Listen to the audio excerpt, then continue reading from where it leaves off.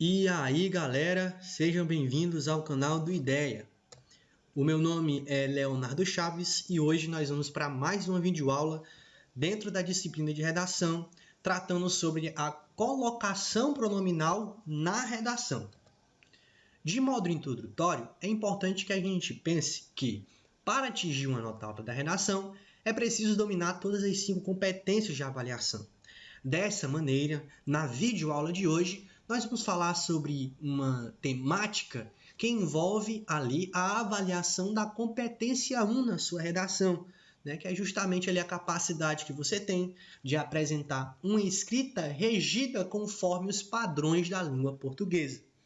Quando nós falamos sobre isso, um dos pontos de maior atenção e que por vezes tira pontos e gera dúvidas é justamente na hora de utilizar a colocação pronominal da sua redação.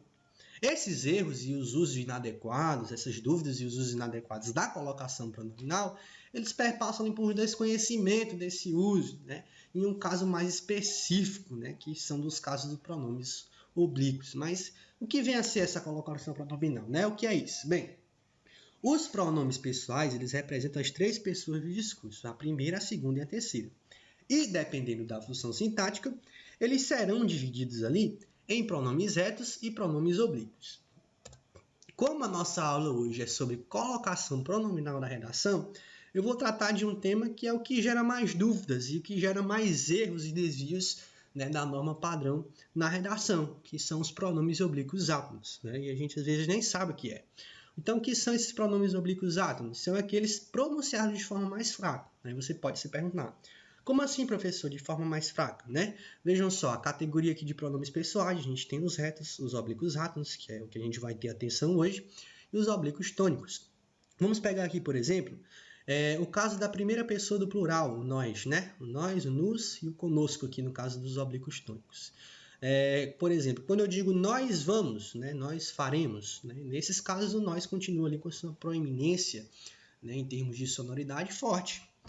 No conosco também, no oblíquo tônico, por exemplo, ele foi conosco, ele estava conosco, nesses 2 casos também. O conosco, ele continua ali com a sua proeminência em termos de sonoridade muito forte. Não é o caso do nos aí, o oblíquo átono, por exemplo, quando a gente fala nos foi enviado, nos foi enviado, o nos ali em termos de proeminência, em termos de sonoridade, tá certo? Ele acaba ali sendo mais fraco, nos foi enviado, quase não sai, São nos bem simples em termos de fonética, como a gente estuda lá na letras de língua portuguesa. Mas enfim, todos esses casos aqui, mi, o tio, o si, o nos, o vos, o si, o us, o as, o lhes, eles vão ser pronomes oblíquos átonos, ou seja, eles vão ter uma proeminência mais fraca, de uso, tá bem? Então, o que é pronome oblíquo átono? Aqueles que são pronunciados de forma mais fraca. Mas o interessante aqui é nós sabermos como isso se aplica na nossa redação. E mais do que isso, como deve ser aplicado em nossa redação. Bem, quando nós falamos de pronomes oblíquos átonos, a gente tem aí as colocações que são conhecidas como próclise, mesóclise e ênclise. Bem, em termos de colocação do pronome, nós temos essas três definições. A primeira é a próclise, é quando esse pronome ele vem antes do verbo, como em nunca me senti tão feliz, o me aqui antes do verbo sentir, isso é uma próclise. Nós também temos a mesóclise, que é quando o pronome ele vem intercalado ao verbo, como enviar-lhe-emos a encomenda até sábado. Está aí, mais uma vez, o pronome li, pronome átono, oblíquo átono, intercalado ao verbo, no meio do verbo ali. Além disso, nós também temos a ênclise, que é quando o pronome ele vem depois do verbo, como chamaram-me para a palestra. O me vem depois do verbo chamaram. E esse caso aí constitui-se como um caso em que a gente tem a colocação pronominal dentro da ênclise, dentro das terminologias que envolvem a ênclise. Beleza? A gramática normativa, de modo geral, ela vai estipular 2 regras básicas para a colocação dos pronomes aí oblíquos, tá certo? Na variedade padrão da língua portuguesa. Primeiro, não se deve iniciar qualquer oração do período com pronome átono, ou seja, você nunca vai iniciar uma oração como me senti, nunca, enfim, você nunca vai iniciar com me aqui, por exemplo, certo? Da mesma forma que você não pode iniciar com li nem com outro mi aqui, certo? Você nunca deve iniciar uma oração com o pronome em átono. Além disso, você, em termos de próclise, né, a próclise sempre pode ser usada desde que não haja pausa e silêncio na fala e sinal da pontuação descrita. O que é a próclise, professor? É o posicionamento antes do verbo. Então você não pode, por exemplo, aqui um nunca me, vírgula, sentir tão feliz. Né? Você não pode fazer essa separação. Tá certo? A próclise pode ser usada desde que você não separe ela do verbo com uma vírgula ou com um silêncio na fala. Certo? Vamos ver aqui as regras mais específicas. A primeira é quando ocorre a próclise. Né? A próclise ali ela tem uma série de regras que eu escolhi aqui, selecionei as 4 principais, tendo em vista as ocorrências mais comuns, né, e mais previsíveis dentro de um texto dissertativo argumentativo. Você primeiramente vai usar a próclise quando houver expressões negativas, como é o caso de não se trata de uma tarefa fácil, mas é completamente possível. Né? Nunca se trata de uma tarefa fácil, né? Porém, não se trata de uma tarefa fácil. Né? Nesses casos aí, a gente tem expressões negativas de oposição e contrariedade. Tá bem? Quando a gente tem esses casos aí, a gente usa a próclise, que é o pronome aí, oblíquo átono antes do verbo. Tá bem? A gente também vai usar a próclise quando houver conjunções subordinativas. Sabe o que é conjunção subordinativa? São aquelas conjunções ali que subordinam uma oração a outra, né?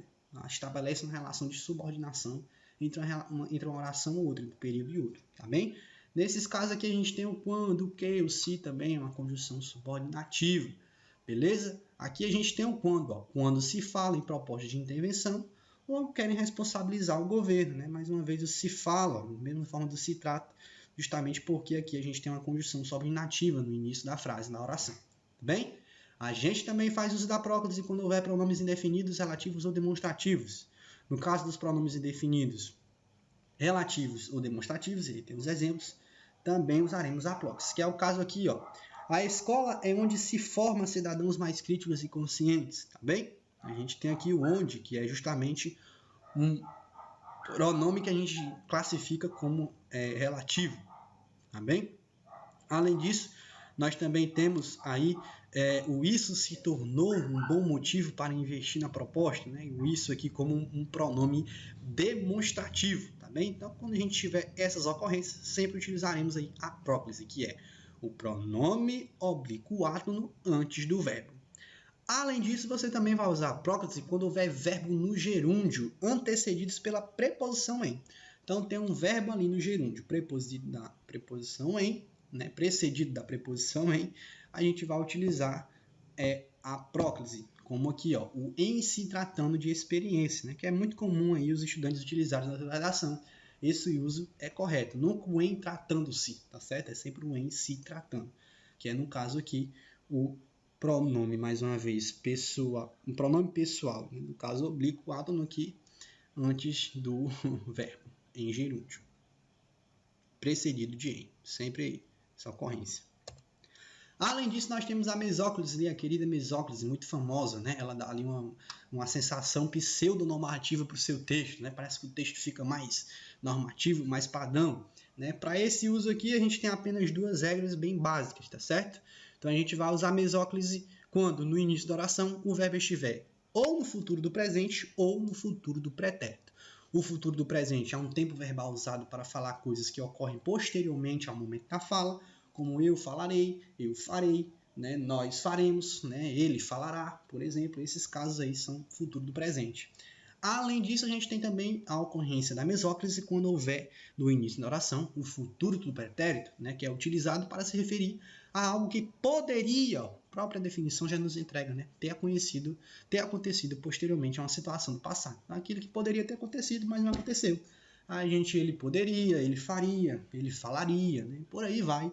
Né, outras ocorrências do futuro do pretérito. Então, quando você tiver esse tipo de circunstâncias no início da oração, você pode fazer uso da mesóclise, né, nessa pseudo-sensação de normatividade no seu texto. Né? A gente tem o caso aí do apresentar-se-á no próximo capítulo a conclusão, tá certo? O futuro do presente. Além de a gente ter o considerar-se-iam todos os candidatos classificados, que a gente tem o futuro do pretérito, né? O considerariam. No mesmo caso, o futuro do presente aqui em cima, né? Apresentará, né? Você usa aí a mesóclise, certo?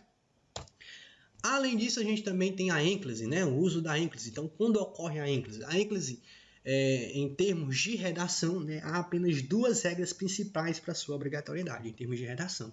A primeira é quando houver o verbo no início do período, desde que ele não esteja no futuro do presente ou no pretérito, né? Deitou-se antes das 10 horas, porque se ele estiver aí no futuro do presente ou no pretérito, entra outras regras que a gente já falou anteriormente, né?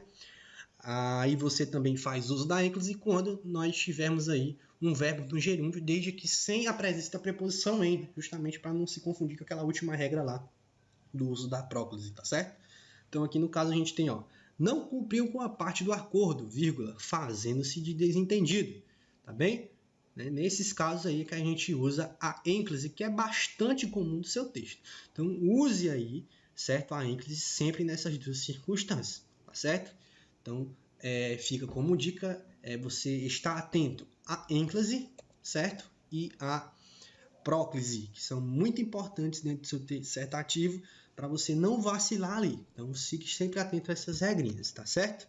Esse foi mais um vídeo do nosso canal. Eu espero que você tenha gostado. Não deixe de visitar lá o nosso Instagram, @cursinhoideia, e de acompanhar os vídeos aqui do cursinho, certo? Aqui no YouTube. Deixe o seu like, eu agradeço demais a atenção de todos aí. E um ótimo estudo aí para você e foco nas redações do Enem aí. Estamos juntos. Forte abraço!